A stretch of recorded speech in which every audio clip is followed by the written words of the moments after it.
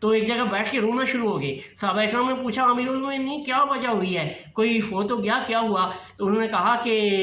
نہیں، میں بلکہ مجھے اپنا واقعہ یاد آ گیا کہ میں یہاں اونٹ چلا رہا تھا تو مجھ سے اونٹ گم ہو گئے، پورا دن ڈھونڈتا رہا، نہیں ملے، اور میرے ابو نے کہا عمر تو کیسے زندگی بسر کرے گا، 2 اونٹ نہیں چلا سکتا ہے، اور آج میں جو ہے آدھی دنیا کا حکمران ہوں۔ یہ کس نے تیار کیے؟ نبی مہربان صلی اللہ علیہ وسلم نے تیار کیے، وَيُزَكِّيهِمْ، اور ان کا تزکیہ کرنا۔ تو 3 کام نبی مہربان صلی اللہ علیہ وسلم کی زندگی کے جو ہے نا ان کا مشن تھا، کیا؟ یتلو علیہم آیاتی کا، آیات کی تلاوت کرنا، وَيُعَلِّمُهُمُ الْكِتَابَ وَالْحِکْمَةَ، کتاب حکمت کی تعلیم دینا، وَيُزَكِّيهِمْ، اور ان کا تزکیہ کرنا۔ پھر آگے کہا اِنَّكَ أَنْتَ الْعَزِيزُ الْحَكِيمُ، اے اللہ رب العالمین تو بہت عزیز اور حکمت والا ہے۔ تو اب میری اور آپ کی جو ہے وہ ذمہ داری کیا بنتی ہے کہ